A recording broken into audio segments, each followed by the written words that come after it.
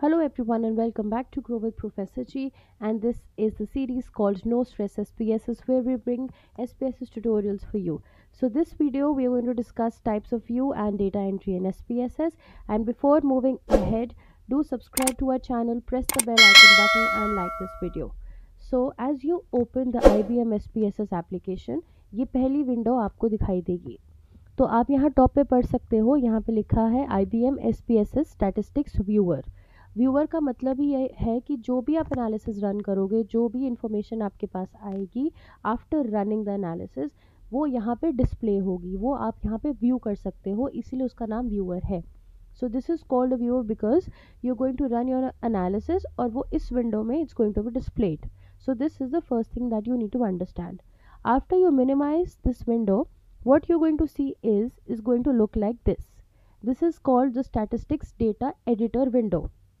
ठीक है, यहाँ पे आपको समझना है कि इसको डेटा एडिटर विंडो कहा जाता है. यहाँ पे आपको दो व्यूज़ दिखाई देंगे, data view and variable view. जैसे आप इन पे क्लिक करोगे, आप इन दोनों के बीच में यहाँ पे इन व्यूज़ को चेंज कर सकते हो बहुत आसानी से, और चेंज क्यों करना है वो भी हम यहाँ पे बताएंगे. सो नाउ लेट्स अंडरस्टैंड कि ये VAR का मतलब क्या है, ये क्या नंबर्स है एंड इनको ऐड कैसे करना है. So as you see, VAR का मतलब यहाँ पे है वेरिएबल. ये सारे कॉलम्स जो है वो एक वेरिएबल को रिप्रेजेंट करते हैं. All of these variables are represented in every column. दूसरी चीज़ आपको यहाँ पे समझनी है that these are the rows that are mentioned here. ये रोज कहलाते हैं, ठीक है. और इन रोज में आप ऑब्जर्वेशंस अपनी ऐड करते हो अपने पार्टिसिपेंट्स की या सब्जेक्ट्स की, जिनका भी डेटा आप ले रहे हो. So for example our first variable here is weight, जिसको हम वज़न कहते हैं. तो यहाँ पे जो इन्फॉर्मेशन हमने यहाँ डाली है, ये इन पार्टिसिपेंट्स का वेट है, इन पार्टिसिपेंट्स का वज़न यहाँ पे हमने मेजर करके लिख दिया है. So this is the first thing you need to understand कि वेरिएबल का जो नाम है वो यहाँ ऊपर आएगा, हेडिंग में आएगा, और उसके बाद जो हमारे पास डेटा कलेक्टेड है, जो ऑब्जर्वेशंस है, those are going to be added here in the rows, जैसे यहाँ मेंशन्ड है.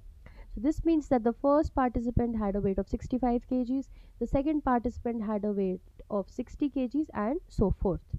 ये तो हो गया फर्स्ट कॉलम की बात. This is the first column. Now let's look at the second column. Second column में जब हम यहाँ देखते हैं तो यहाँ पे हमको जेंडर दिखाई दे रहा है, हेडिंग जो है. So as you see, the first participant is a female, the second participant is also a female, the third is also female, the fourth and the fifth participants are male. तो आपको ये दिख रहा है that we have specified the gender here, कि जो पहले तीन जेंडर्स हैं वो फीमेल हैं और जो उसके बाद के दो हैं वो मेल्स हैं. ये तो हो गया आपका डेटा व्यू. अब समझते हैं कि इसका काम वेरिएबल व्यू में क्या है. So the variable view is as much as important as the data view itself, क्योंकि डेटा को जब तक हम स्पेसिफाई नहीं करेंगे, हमारा एनालिसिस, हमारा आउटपुट सही नहीं आएगा, ठीक है.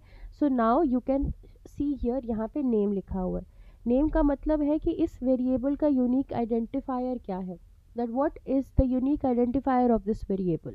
सो वो नाम से ही होगा, तो इसीलिए हम यहाँ पे उस वेरिएबल का नाम एंटर करेंगे. So the first variable is weight, so we have mentioned weight here. Now let's understand what does type mean. Type का मतलब ये है कि हमारा डेटा फॉर्मेट क्या है, मतलब हमारे डेटा का यहाँ फॉर्मेट क्या है. जैसे नंबर है, स्ट्रिंग डेटा है, या हमारे पास डेट है किसी फॉर्म की. तो क्योंकि हम यहाँ वज़न नाप रहे हैं तो हम यहाँ न्यूमेरिक सिलेक्ट करेंगे, ठीक है. Then comes width. विड्थ का मतलब है कि maximum number of characters in a variable that can be stored here. तो हमारे यहाँ पे जो मैक्सिमम कैरेक्टर्स हैं, मतलब नंबर्स या अल्फ़ाबेट्स, वो कितने हैं, तो वो यहाँ पे 8 है. Then comes decimals.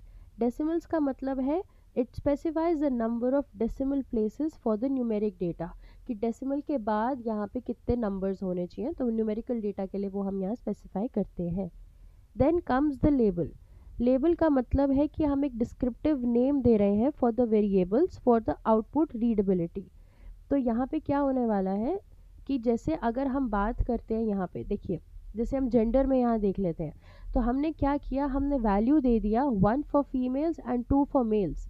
So this is going to be the label here. तो लेबल क्या हुआ, फीमेल हुआ और मेल हुआ, ठीक है.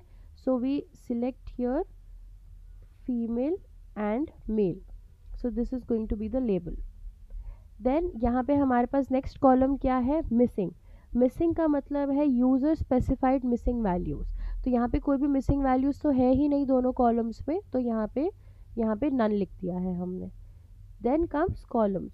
कॉलम्स का मतलब है that we control how many characters are visible in the data view.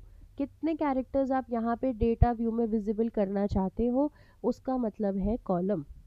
Then comes alignment.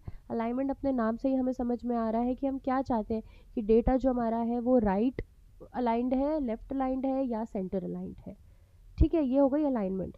Then comes the most important part here which is the measure. अब मेजर का मतलब क्या है? ठीक है, तो अब हमारे केस में जैसे यहाँ वेट है, वेट क्या होगा? Weight is a ratio variable. Weight has a meaningful zero. That means कि अगर 0 kg है तो मतलब है कि कोई वेट ही नहीं है। और जो डिफरेंस है बिटवीन से 50 and 60 kgs और 70 और 80 किलो के बीच में वो सेम है। तो इसीलिए हमारा जो वेट होता है वो एक रेशियो वेरिएबल होता है। उसी तरीके से यहाँ पे फ्यू क्लिक आपको यहाँ पे 3 लेवल्स ऑफ मेजरमेंट दिखाई देंगे, scale, ordinal and nominal. SPSS जो है वो सिर्फ 3 ही मेजरमेंट लेवल्स आपको देता है। तो क्योंकि इंटरवल और रेशियो स्केल्स जो हमारे होते हैं वो कॉन्टिन्यूस न्यूमेरिकल वेरिएबल्स को इंक्लूड करते हैं, इसलिए एसपीएसएस उनको स्केल के अंडर ग्रुप कर देता है। ठीक है, तो अगर वेट होगा तो वो स्केल में आएगा, एज होगी तो वो स्केल में आएगी, एट्सेट्रा। ठीक है, ये होने के बाद हमको देखना है कि रोल क्या है। नाउ रोल मीन्स कि क्या जो आप यहाँ पे वेरिएबल आपका यूज़ हो रहा है वो क्या है यहाँ पे। तो बेसिकली हम यहाँ पे इनपुट ही सिलेक्ट करेंगे, जो इससे ज़्यादा है वो सारे एडवांस्ड एनालिसिस के लिए यूज़ होते हैं। सो नाउ वेट के लिए हमने यहाँ पे सारा अपना वेरिएबल स्पेसिफाई कर दिया है। सिमिलरली फॉर जेंडर, जैसे हमने समझा जेंडर हमारा नेम हो गया, टाइप हमारा जो यहाँ पे है it's going to be changed into, हमारा ये हो जाएगा स्ट्रिंग डेटा। ठीक है, और उसके बाद हम क्या करेंगे, यहाँ पे विड्थ इज़ 8 डेसिमल्स, ये हमें चाहिए नहीं तो 0 हो गया।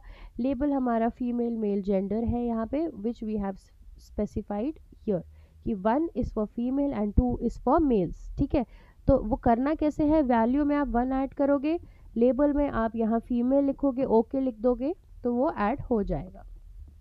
ठीक है, मिसिंग में नन क्योंकि कोई मिसिंग वैल्यूज़ नहीं है, columns 8।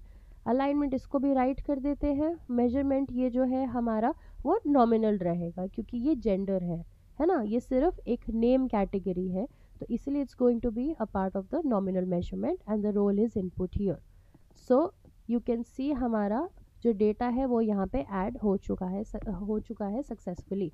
So this is the end of this video. We are going to upload the next parts as well. So keep watching this playlist. Thank you for watching. Bye.